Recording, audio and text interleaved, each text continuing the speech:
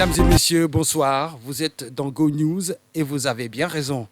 On débute Go News avec la scène politique sénégalaise qui s'enflamme suite à la convocation policière de Bougane Gueye Dany, leader du mouvement Gëm Sa Bopp.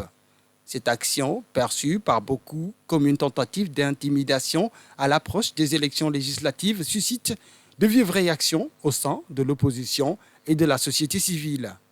Thierno Alassane Sall, figure de l'opposition, n'a pas mâché ses mots face à ce qu'il considère comme une dérive autoritaire du pouvoir.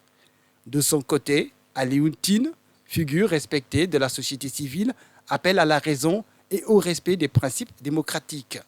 Il insiste sur la nécessité de permettre à Bougane Gueye de préparer sereinement les élections législatives. La convocation policière de Bougane Gueye Dany, dont les motifs restent flous, soulève des questions sur l'état de la démocratie au Sénégal. Il met en lumière les tensions croissantes entre le pouvoir et l'opposition à l'approche des séances électorales cruciales et ravive le débat sur la liberté d'expression et le respect du jeu démocratique dans le pays. Restons dans ce même chapitre avec cette vague de convocation qui a fait réagir également le directeur exécutif de l'ONG 3D, Moundiaye Cissé, via les réseaux sociaux X. Celui-ci exhorte le nouveau régime à faire preuve de sérénité suite aux convocations notées ces dernières heures de Djigui Diop, de Kader Dia, de Cheikh Yérim Seck et de Bougane Gueye Dany. Parlons de tout à fait autre chose avec le porte-parole du gouvernement, Amadou Moustapha Ndiaye Sarr, qui a démenti hier, mardi, les allégations sur une intention de baisse des salaires des agents de l'État, mettant en garde les auteurs de ces manœuvres. Dans un communiqué, Amadou Ndiaye Sarr note que dans un document daté du 27 septembre 2024, intitulé Déclaration du secrétariat du comité central du Parti de l'indépendance et du travail, PIT, il est prêté à l'État du Sénégal l'intention de baisser les salaires et les pensions dans la fonction publique. Il ajoute que pour étayer ses propos, le document a cité des passages d'allocution du président de la République et du Premier ministre relatifs à la rationalisation des dépenses publiques, consacrées notamment au constat d'une évolution incontrôlée de la masse salariale et de la destruction du système de rémunération dans la fonction publique. Le porte-parole du gouvernement dément formellement ces allégations dénuées de tout fondement. Selon lui, le gouvernement met en garde les auteurs de ces manœuvres tout en encourageant le débat public contradictoire, inclusif et qualitatif sur les politiques publiques. Le gouvernement appelle les auteurs de tels propos à plus de sagesse et rappelle que l'État saura faire prévaloir le droit. Sport, à présent. Fin de l'idylle entre Aliou Cissé et l'équipe nationale de football du Sénégal. Dans une lettre confidentielle envoyée à la Fédération sénégalaise de football, le ministère de la Jeunesse, des Sports et de la Culture a notifié à l'instance fédérale sa désapprobation quant au prolongement pour un an du contrat de l'ancien capitaine des Lions et de l'État du Sénégal. La Fédération sénégalaise de football, dont le comité d'urgence s'est réuni hier mardi, a rendu publique la décision aujourd'hui, mercredi 2 octobre.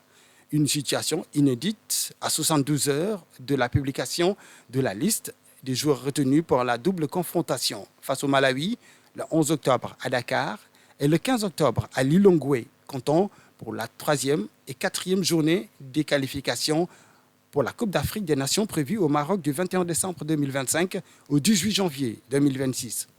Pour rappel, le salaire du sélectionneur de l'équipe nationale A du Sénégal a été renouvelé en 2022 et avait connu une hausse de plus de 50%, passant de 15 millions à 22 millions de francs CFA, en plus du bonus qui pouvait le faire grimper à 30 millions. La succession de Cissé commence déjà à alimenter les débats et des noms sont de plus en plus entendus. Nous y reviendrons. On ouvre à présent une petite fenêtre internationale en parlant de cette offensive de l'Iran qui a lancé une offensive de missiles balistiques contre Israël dans la nuit du 1er au 2 octobre, en réponse à l'assassinat des hauts responsables du Hamas et du Hezbollah. L'Iran a tiré en effet 500 missiles balistiques en direction d'Israël, déclenchant une réponse immédiate de Tel Aviv. Le Hezbollah, allié de l'Iran, est également engagé dans des combats contre Israël, qui a lancé une offensive terrestre au Liban contre le groupe. La réaction internationale ne s'est pas fait attendre.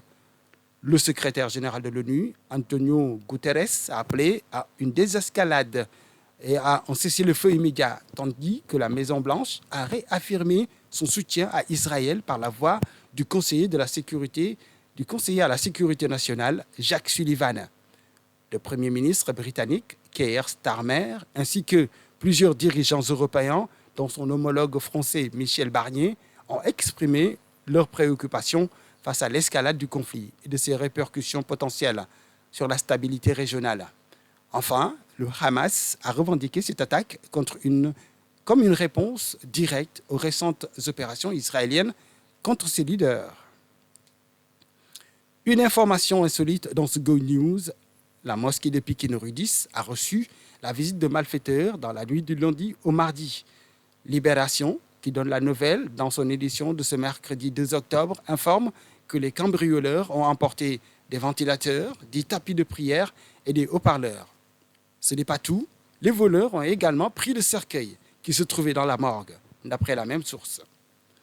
On termine ce Go News avec cette triste nouvelle pour le monde de la presse, avec le rappel à Dieu de Léon Paul Mendy, plus connu sous le nom de DJ Boy Boy. Le talentueux animateur de Rewmi FM est décédé hier mardi 1er octobre 2024. Connu pour son énergie débordante et sa passion pour la musique, Léon Mendy avait su captiver les auditeurs de la radio avec des émissions rythmées, faisant de lui un visage incontournable de la radio sénégalaise. Sa voix et sa présence resteront gravées à jamais dans la mémoire collective. Go Dakar TV, par ma voix, présente ses condoléances à la famille éplorée et à toute la presse sénégalaise. Voilà, c'était tout pour Go News. Restez bien connectés, Go Dakar TV. La suite, c'est avec, bien sûr, le programme habituel. Passez de bons moments avec la chaîne, la télé qui vous amène de l'avant.